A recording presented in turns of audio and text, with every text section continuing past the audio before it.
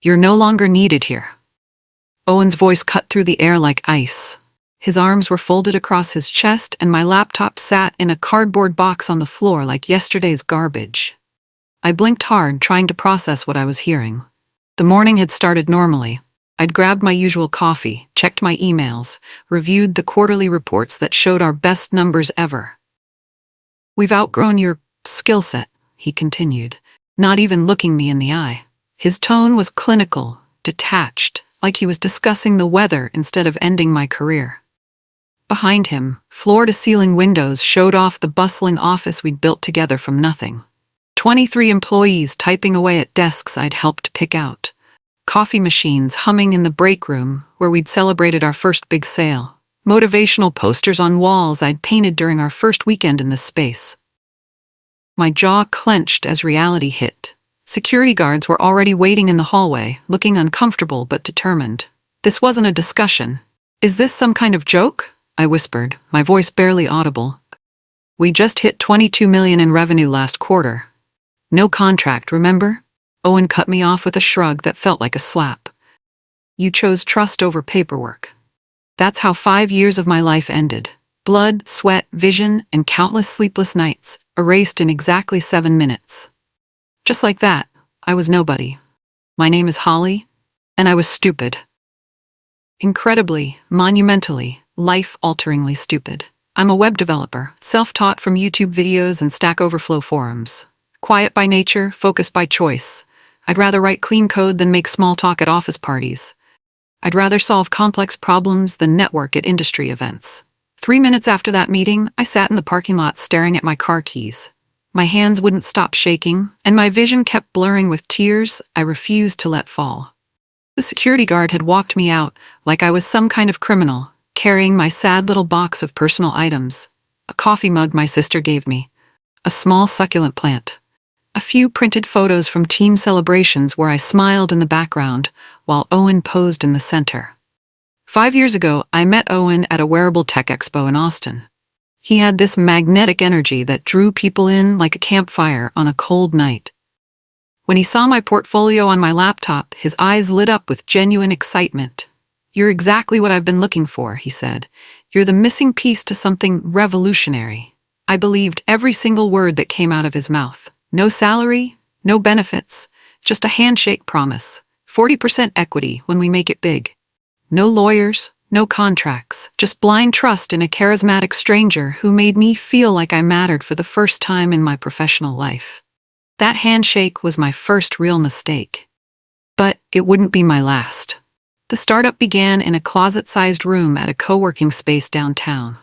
2 folding tables that wobbled when you typed too hard, 2 laptops with cracked screens, and an endless supply of energy drinks that we bought in bulk from the discount grocery store. The Wi-Fi was terrible, cutting out during important video calls, and the air conditioning barely worked, leaving us sweaty and irritable during the brutal summer months. But we were building something revolutionary. At least I was building it. I wrote every line of code from scratch, staying up until 3 in the morning to debug functions that should have taken minutes, but somehow took hours. I designed the user interface that made our wearable device actually usable, instead of just another complicated gadget that confused people. I debugged every glitch, optimized every algorithm, and made sure the whole system could scale when we got big. Owen handled the business side with natural charisma that I envied. Pitching to investors, networking at conferences, talking to potential customers with the kind of smooth confidence that made deals happen. He was good at it too, really good. He had this way of making people believe in our vision, even when we had nothing to show but wireframes and promises. I remember sleeping under my desk one night because we had a critical beta test at 6 in the morning. Owen found me there with my jacket as a pillow and just laughed. "This is what dedication looks like," he said, taking a photo that he later posted on social media. Back then, his smile felt genuine. Back then, I thought we were partners. Our first real sale changed everything overnight, like flipping a switch that illuminated our entire future. A small health tech company in Denver ordered 100 units of our prototype. It wasn't much money, barely enough to cover our expenses for 2 months, but it was proof that real people with real problems wanted what we were building. Validation that all those sleepless nights had been worth something. Suddenly, our inbox exploded with investor inquiries from venture capitalists we'd only dreamed of meeting. Tech blogs started writing about us with headlines like, "The next big thing in wearable health." Industry experts began sharing our posts on LinkedIn with glowing comments about our innovative approach to predictive wellness. But here's what none of them knew. The core algorithm that made our device special, the predictive software that set us apart from every competitor in a crowded market, the smooth interface that made users fall in love with our product. I had built all of it from scratch in that cramped co-working space while surviving on vending machine snacks. Every patent application had my fingerprints on it, literally and figuratively. Every breakthrough came from late nights when Owen was at networking events, schmoozing with potential investors over expensive dinners. Every innovation that made us stand out came from my brain, translated through my fingers onto the keyboard, line by painstaking line. But when reporters called for interviews, Owen always answered the phone. When investors wanted technical demonstrations, I stayed in the background while he took center stage. I told myself it was just business strategy. I was wrong. Watching Owen claim credit for my work became a daily torture that I somehow convinced myself to endure, like slowly boiling in water that got hotter, so gradually I didn't notice until it was too late. Investor meetings where he'd say, "We built this revolutionary platform," while gesturing vaguely in my direction, never mentioning that "we" really meant she. Demo days where he'd walk potential customers through features I'd spent months perfecting, explaining complex algorithms he'd barely understood, never mentioning my name once. Podcast interviews where he'd talk about his vision for wearable technology, like the ideas had sprung fully formed from his head instead of from late-night brainstorming sessions where I did all the talking and he did all the nodding. I sat in the back of conference rooms, invisible and silent, while he charmed check-writing venture capitalists with stories about breakthrough moments that were actually my breakthrough moments. He'd describe the exact moment when the solution to a complex coding problem had clicked into place, except he'd tell it like it was his moment of genius instead of mine. "He's just nervous about public speaking," I told myself during those long, humiliating meetings. "Once we really make it big, he'll give me proper credit and set the record straight." The lies I told myself to stay sane could fill a book. But the worst part wasn't being overlooked.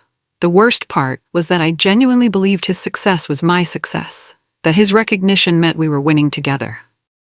I was building my own prison, one compromise at a time. When the acquisition offer came in, everything shifted. A major tech company wanted to buy us for $5 million. Cash. Owen called an emergency meeting in our tiny conference room, practically bouncing with excitement. "This is it," he said, sliding the term sheet across the table. "This is what we've been working toward." I grabbed the papers eagerly, ready to see how our equity split would work out, ready to finally get the financial security I'd been promised for years. But as I scanned the documents, my blood turned to ice water. Under current ownership structure, there was only one name listed, Owen Mitchell, 100%. I read it again, sure I was missing something. But there it was in black and white. According to these legal documents, I didn't exist. I was nobody, a ghost who had somehow built a multi-million-dollar company without owning a single share. "Owen," I said quietly, "what about my equity? My 40%? He looked at me like I'd asked him to explain quantum physics to a kindergartner. "No contract, Holly. You're brilliant, but you're naive." Owen's words hit me like a physical blow. He leaned back in his chair, completely calm, while I felt like the floor was crumbling beneath my feet. "What do you mean, no contract?" I stammered. "You promised me 40%. We shook hands on it." He looked me in the eye and said, "I said a lot of things," he interrupted, not even looking up from his phone. "But promises aren't legally binding. Contracts are." The conference room felt like it was spinning. 5 years of working for free. 5 years of believing in our partnership. 5 years of building something incredible with my bare hands, and according to the law, I owned exactly nothing.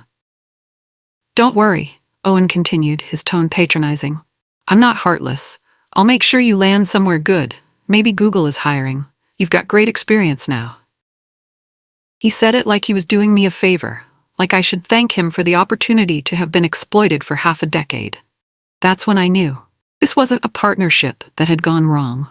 This was a con that had gone exactly according to plan. The last thing Owen gave me was a consulting agreement. A single sheet of paper offering $8,000 and a thank you note for my valuable contributions to the company's early development phase. Like I was some freelancer who'd built them a website, not the technical co-founder who'd made their entire business possible. I stared at that paper for a long time, sitting in my car in the parking lot outside the office. $8,000 for 5 years of my life. For the sleepless nights, the missed family dinners, the relationships I'd neglected because I was always working. For building something from nothing and watching someone else take all the credit. I could have fought it, could have hired lawyers and tried to prove that we'd had a verbal agreement, could have made a scene on social media and tried to destroy his reputation. Instead, I just folded the paper in half and put it in my pocket. Because what I had planned wouldn't need lawyers or threats or public drama. It would need something much more powerful, silence and time. Sometimes the best revenge is letting someone think they've won. I disappeared completely. New city across the country. New phone number. Deleted every social media account. When people asked why I'd left a successful startup, I just smiled and changed the subject. I got a job waiting tables at a downtown restaurant while freelancing web development work at night. It was humbling, going from building cutting-edge technology to asking people if they wanted dessert. But every tip went into a folder on my computer labeled version 2.0. Because while Owen thought he'd won everything, he'd actually lost the only thing that mattered, me. He had the company, the investors, the recognition, but he didn't have the brain that had built it all. He had the shell, but I had taken the soul with me when I walked out that door. Late at night, after my restaurant shifts, I'd sit at my laptop and design something better. Not a copy of what we'd built together, but something that would make our old product look like a toy from the Stone Age. Owen had taught me that promises mean nothing without contracts. Now I was going to teach him that contracts mean nothing without talent. Rebuilding from ground zero was harder than I'd expected, but also strangely liberating. No Owen looking over my shoulder and asking when features would be ready. No investors demanding unrealistic timelines. No pressure to compromise my vision for the sake of quick profits. Just me, my laptop, and an idea that kept me awake at night with excitement. I designed a wearable device that wasn't just smarter than our old product. It was revolutionary. While Owen's team was probably struggling to maintain the code I'd written years ago, I was creating something that would leap 5 years into the future. The new device didn't just track health metrics, it predicted them. It didn't just collect data, it turned that data into insights that could save lives. The user interface wasn't just functional. It was so intuitive that using it felt like magic. Every component was designed from scratch. Every algorithm was optimized for performance. Every feature was built to solve real problems that real people actually had, not just problems that sounded good in investor pitch decks. This time, I wasn't building someone else's dream. I was building mine. Finding investors was terrifying, but I had one massive advantage: a working product that actually delivered on its promises. I pitched to a small group of angel investors in Silicon Valley. They were skeptical at first. Who was this unknown developer with no track record and no team? But everything changed the moment they tried the device. "This is incredible," one of them whispered, staring at the real-time health insights displayed on her phone. "How is this possible?" "Just good code," I said with a smile. Another investor, a veteran who'd seen every health tech startup in the valley, called it magic-level intuitive. He'd never seen predictive algorithms this accurate running on such a small device. By the end of the meeting, they were fighting over who got to lead the funding round. We closed $3.5 million in 6 weeks. Not just enough to build a company, but enough to build it right. To hire the best people, to create the best product, to do everything that Owen's company had done, but better. This time I had contracts. This time, I owned my work. I hired the team I'd always dreamed of working with. Brilliant developers who'd been overlooked at big tech companies because they weren't good at office politics. Designers who cared more about user experience than industry trends.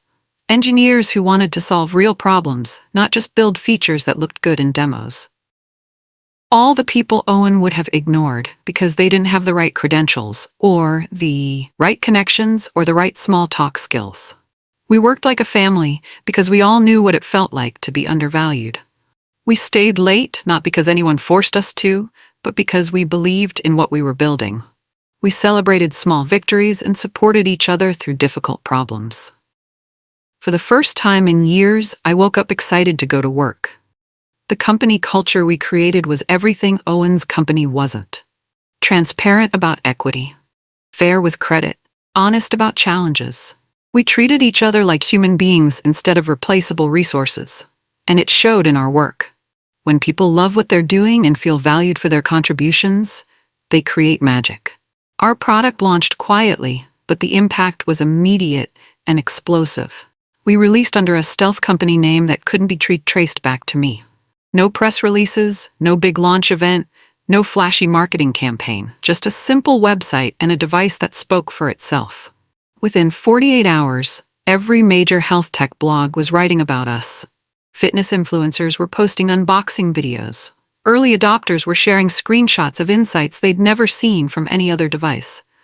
Who's behind this revolutionary technology became the question everyone was asking. I stayed completely silent, watching from the shadows as our product took over social media feeds and industry publications.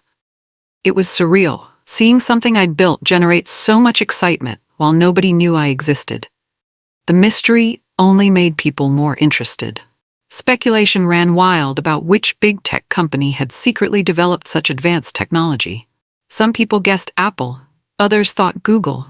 A few even suggested it was a stealth project from my old company. If only they knew the truth was much simpler. One person with a laptop and a lot of determination. While my product was taking off, Owen's company was starting to crack. I didn't need to spy on them or hack their systems to know what was happening. Industry news, social media, and Glassdoor reviews told the whole story. Their latest software update had introduced major bugs that made their device nearly unusable. Customer reviews were brutal. Used to love this product, but now it crashes constantly. Latest update made everything worse, looking for alternatives. Owen had hired new developers to replace me, but maintaining code is completely different from writing it. They were trying to add new features to a system they didn't understand, and every change broke something else. Their user ratings dropped from 4.8 stars to 2.1 stars in 3 months. Investors were getting nervous. The acquisition deal had fallen through when the buyers discovered how unstable the codebase was. Owen was scrambling to find new funding, but venture capitalists don't throw money at sinking ships. Meanwhile, tech journalists were starting to ask uncomfortable questions about who had actually built the original technology that made the company successful. Some old employees were talking anonymously about a mysterious developer who'd left right before things started falling apart. One headline changed everything. MedFlow, the wearable that's killing the competition. My product, my code, my years of work, finally getting the recognition it deserved. The article went viral across every tech publication. Industry experts were calling it the future of personalized healthcare. Users were posting testimonials about how our device had helped them detect health problems before they became serious. Owen posted a bitter response on LinkedIn within hours. Innovation takes years to build, but copycats with no vision can destroy market progress overnight. Real entrepreneurs know the difference between building value and stealing ideas. I bookmarked that post immediately. The irony was so perfect it felt like poetry. Here was someone who had built his entire company on stolen work, complaining about someone else stealing ideas. Someone who had taken credit for innovation he'd never contributed to, lecturing about the value of building versus copying. I screenshot it and saved it in a folder labeled Receipts. Because sometimes the universe has a sense of humor, and sometimes people write their own perfect endings. Owen had no idea he was describing himself. Then the email arrived that would change everything. Congratulations! You've been nominated for Tech Innovator of the Year by the Advanced Technology Council. I stared at my laptop screen for a full minute, reading the words over and over. The Advanced Technology Council was the most prestigious organization in our industry. Their annual award ceremony was like the Oscars for tech entrepreneurs, exclusive, highly publicized, and career-defining. The ceremony would be held in San Francisco at the Moscone Center. Black tie event, red carpet. All the biggest names in technology would be there, including journalists from every major tech publication. Including Owen, who had won the same award 3 years ago for his revolutionary health monitoring platform. I could have declined, could have sent a representative, could have accepted the award quietly without making a public appearance. But something inside me knew. This was the moment I'd been waiting for. Not just recognition for my work, but the chance to set the record straight in front of the entire industry. I typed my response, I accept, and I'll be attending in person. The red carpet at the Tech Innovator Awards felt like walking into a different universe. Camera flashes everywhere. Reporters shouting questions at startup founders and venture capitalists. The biggest names in technology posing for photos and giving interviews about the future of innovation. I walked in with my new CTO and my head of marketing, both dressed sharp and confident. We looked like we belonged there. Even though my heart was pounding so hard, I was sure people could hear it. Reporters whispered as we walked by. Wait, is that? Who is she? I don't recognize her. Should we know who that is? The mystery was part of the plan. In an industry where everyone knows everyone, being unknown made people curious, and curiosity creates attention. Owen was already there, drink in hand, laughing with a group of venture capitalists near the bar. He looked confident, relaxed, like he owned the room. 3 years of success had been good to him. His company might be struggling now, but his reputation in the industry was still solid. He had no idea that was about to change forever. When they announced the winner, the entire room went silent. And the winner of this year's Tech Innovator Award is Holly Rowe, founder and CEO of Mello Health Technologies. The silence stretched for what felt like an eternity. Then cameras started flashing and people started whispering and the crowd began to clap, but I could feel the confusion in the room. I walked to the stage with my heart hammering, trying to project confidence I didn't feel. The spotlight was blinding, but I could see Owen in the crowd, his face completely frozen in shock. His drink was halfway to his mouth, suspended in mid-air like time had stopped. His eyes were wide with disbelief, like he was seeing a ghost. Thank you, I said into the microphone, my voice steady despite my nerves. 3 years ago, was told I was no longer needed. Tonight, I want to thank everyone who believed in second chances and the power of building something from nothing. The applause was thunderous, but I was watching Owen, watching him realize that the quiet developer he'd discarded was standing on the biggest stage in tech, holding the industry's most prestigious award. He approached me afterward, of course he did. Holly, wow, look at you. His voice was too loud, too cheerful, like we were old friends running into each other at a coffee shop.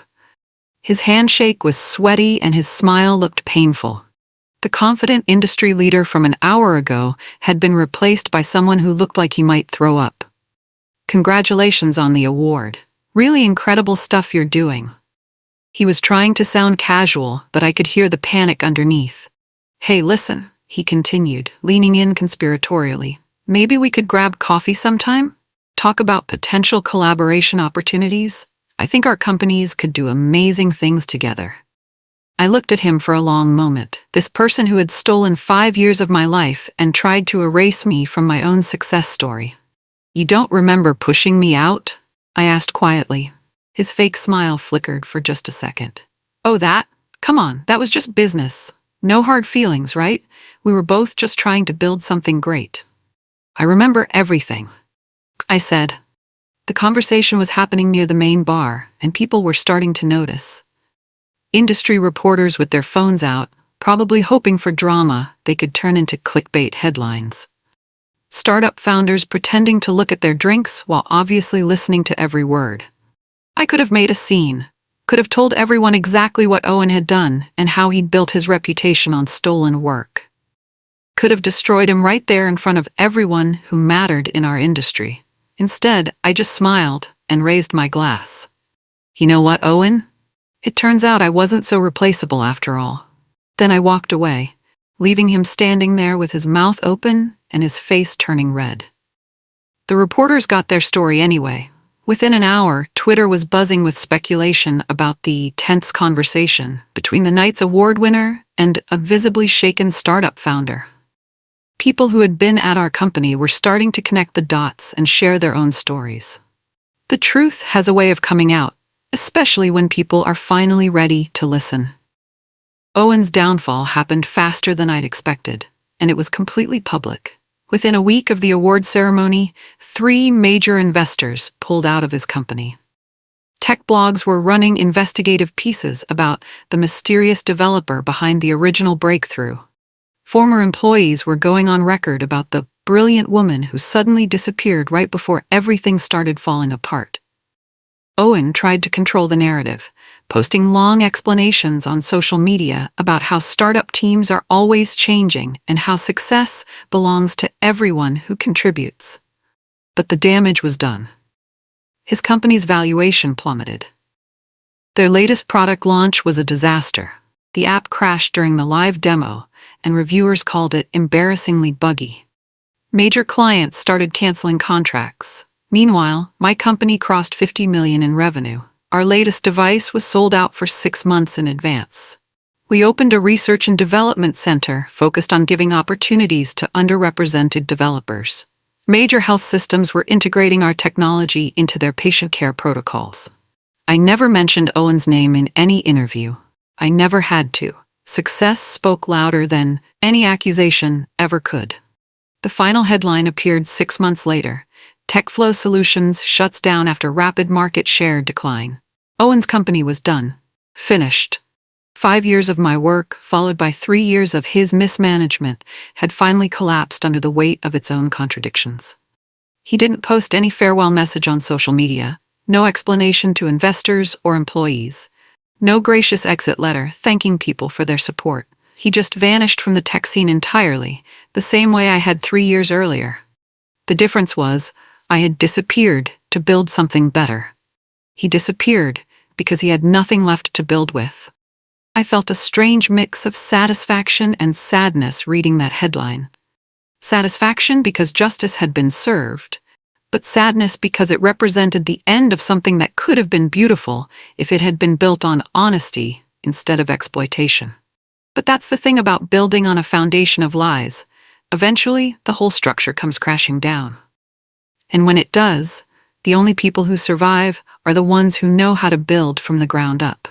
What I learned during those 3 years of silence changed everything about how I see success and revenge. Real revenge isn't about destroying someone else. It's about becoming so successful that their betrayal becomes irrelevant. It's about building something so beautiful that their theft looks pathetic by comparison.